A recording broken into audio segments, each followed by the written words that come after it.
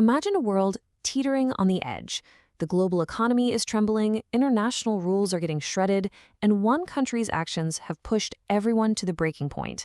And all of this leads to one massive and frankly dangerous question. What if the rest of the world just decided to boycott America? All right, let's get into it. So that's the core question we're tackling today. Can we actually survive without iPhones, without Google, without the US dollar propping up the whole system? We're going to put emotions aside and just look at what the numbers and the source material tell us.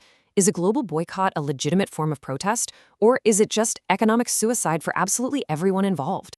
Okay, so let's set the scene. We're in a hypothetical 2025 where a whole new set of US trade policies have basically lit a match and thrown it on the global economy.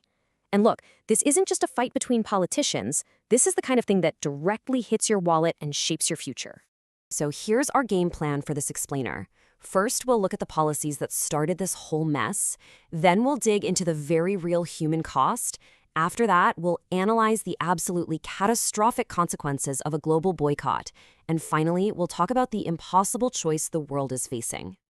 So you might be asking, how in the world do we get to a point where boycotting the planet's biggest economy is even a conversation?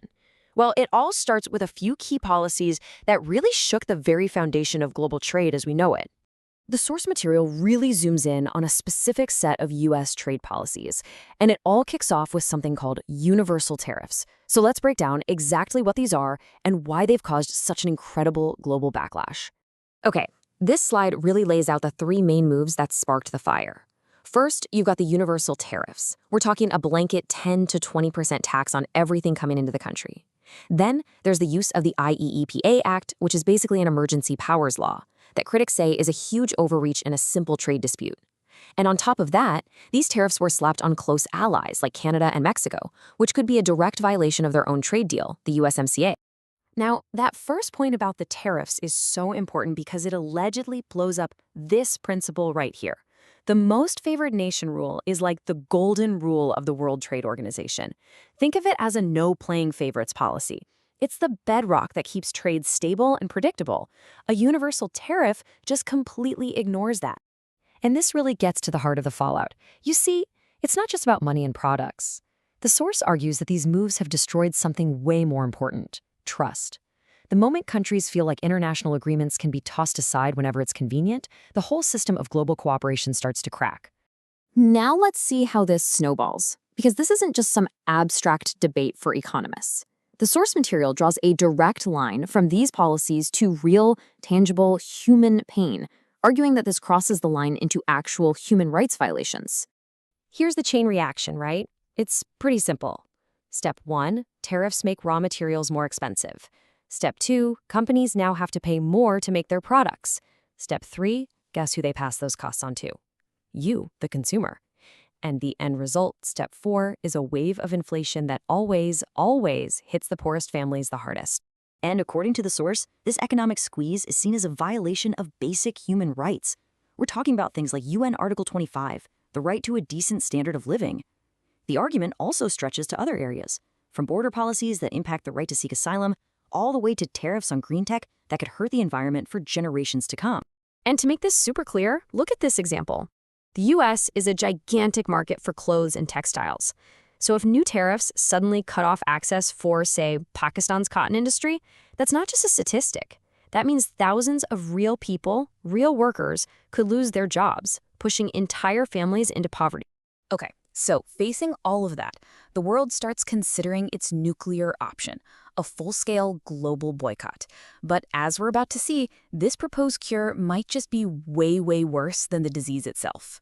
First off, let's just talk about the US dollar. A whopping 80% of all global trade happens in dollars. So if a boycott tanks the dollar's value, it doesn't just hurt the US. It sends a financial tsunami across the globe, wiping out the economies of countries holding massive dollar reserves. And what about America's closest allies? Just look at this. The US and the European Union are completely intertwined. They are each other's #1 trading partner. A boycott isn't some surgical strike, it's mutually assured economic destruction. You're talking about factories shutting down all across Europe. And it goes so much deeper than just goods. I mean, stop and think about your day for a second. A boycott means cutting ourselves off from the tech that literally runs our lives. No more iPhones, no more Windows software, no Google search, no Boeing planes to fly on. The source suggests it could literally set global development back by decades. And what about a global powerhouse like China? Its entire manufacturing economy is massively dependent on selling things to Americans. A boycott would be absolutely devastating. It would cripple their exports and could easily lead to mass unemployment. And it's the same story for big South Asian economies. Key sectors like clothing and IT services, which are so reliant on U.S. customers, would be completely gutted.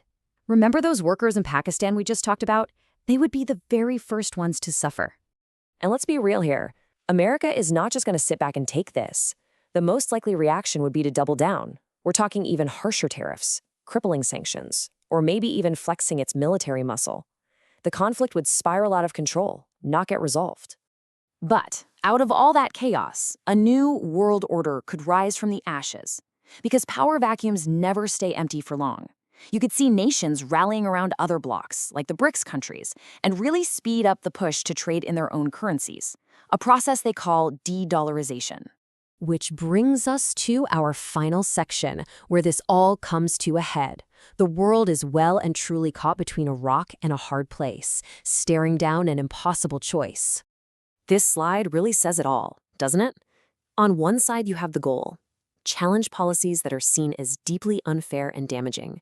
But on the other side, the cost of doing that is unleashing a global economic tsunami that would drown everyone. So, at the end of the day, here's the bottom line.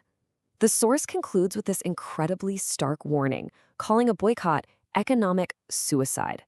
It's a powerful way to say that this isn't just an attack. It's a profound act of self-harm for the entire planet. And that leaves us, and you, with the final, critical questions. Faced with this impossible dilemma, is the world truly prepared to pay that price? And maybe more importantly, is a boycott really the only option left on the table? The answer is dangerously unclear.